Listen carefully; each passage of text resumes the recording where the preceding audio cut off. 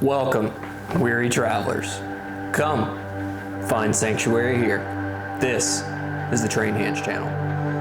The topic, the all too debated duty versus micro concealed handgun.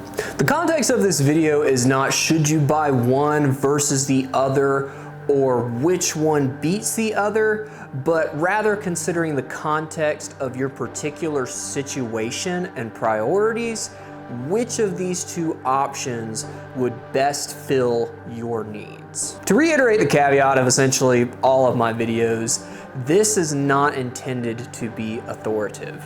Don't worry though, the controversy is coming, gents. To start, let's break down the context of the situations that we are considering concealed carry. Number one, normal everyday carry within civil society upholding the rule of law. This is general everyday life. Society is civil, relatively.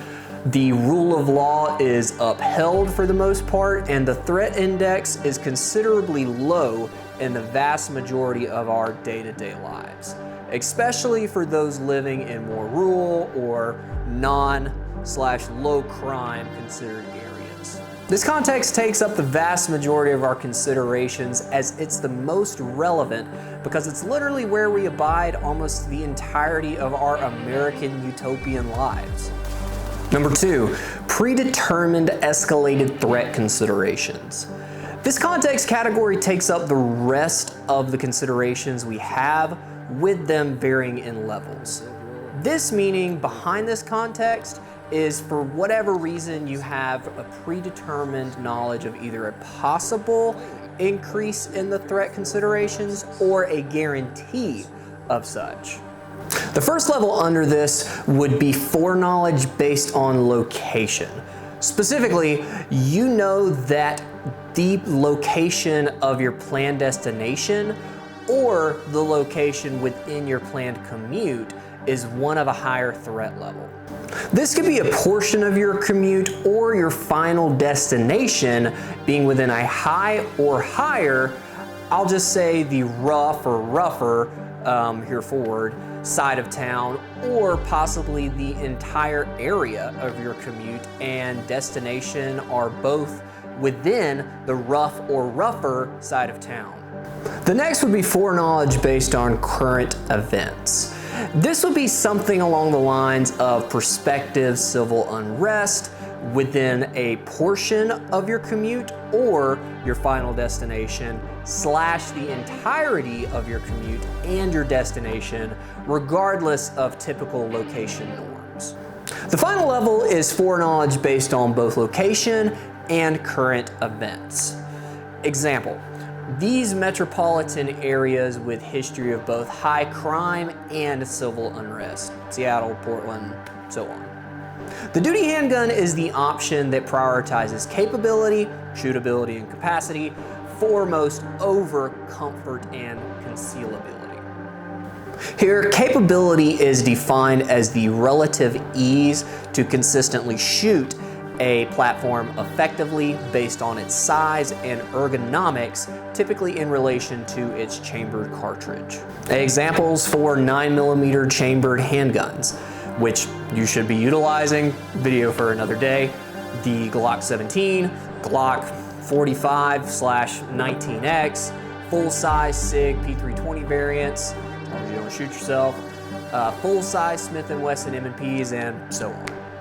These duty-oriented platforms are often paired with duty-specific optics, such as the Trijicon RMR and Aimpoint Acro, as well as duty weapon-mounted lights, Surefire X300 or TLR1, and even a spare magazine at times. While all provide enhancing capabilities, especially a red dot in general, not just a duty-grade dot, they are arguably not technically requirements for the concealed weapon of the prepared citizen in the same regards the overt grade duty considerations for law enforcement and military. Now, while capability is foremost, such does not mean that relative comfort and reasonable concealment cannot be accomplished with this option. As a matter of fact, they are still demanded considerations. If you can't carry it for a long, extended period of time, 8 hours plus, essentially a working day, and you can't genuinely conceal that option to a point that is relatively undetectable, then you're missing the overall premise. Here, comfort and concealment just take a back seat to the foremost priorities of the duty considerations. The duty concealed handgun arguably excels within any of the considerations of a higher threat likelihood. In the context of that higher threat likelihood, preparing accordingly with the most capable option arguably makes the most sense. Equally, for some, they choose these priorities as the constant premise even within a general civil society under rule of law. For others, these priorities may not be a constant necessity. Some call them compact, some call them subcompact. There's arguably no real clearly established term for this particular category. So here, the definition of what I personally categorize as the micro handgun is the option that prioritizes foremost concealment and or relative comfort. Concealment here is defined as the foremost priority to ensure lack of detection above all else, typically due to a non-permissive environment of some degree.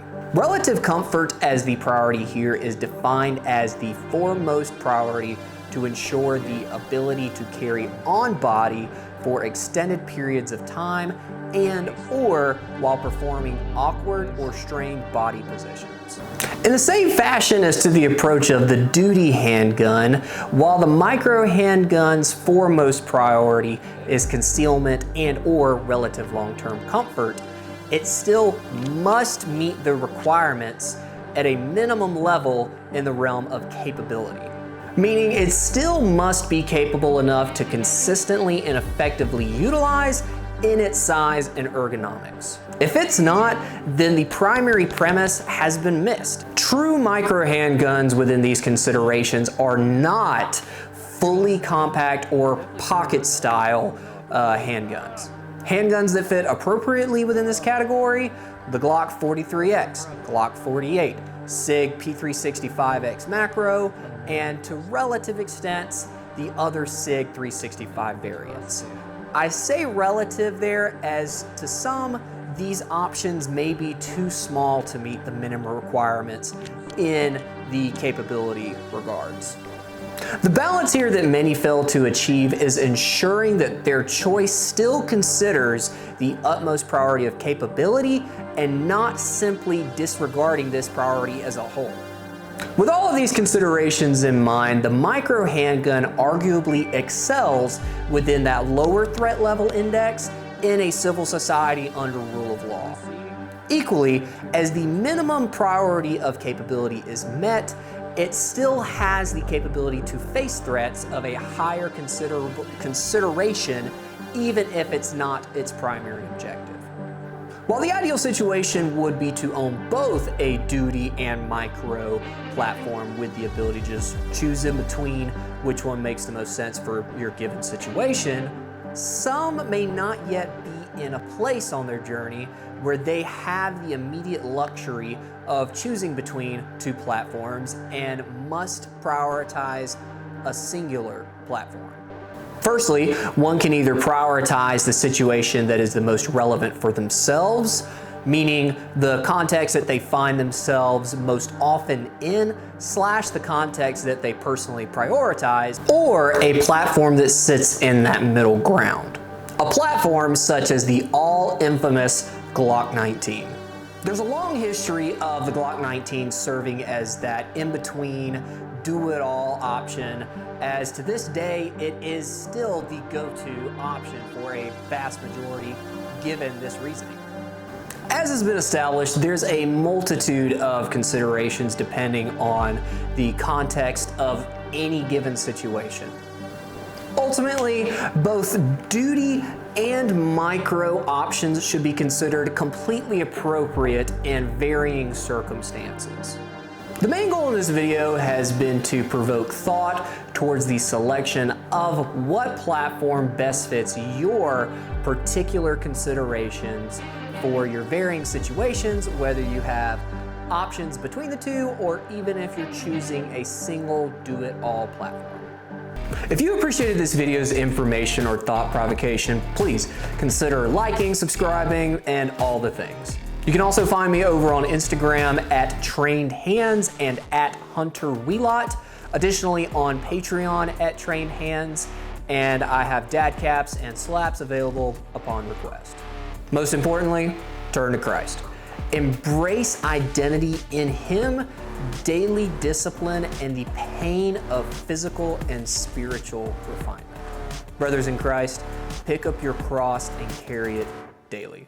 May the Lord bless you and keep you. See you guys.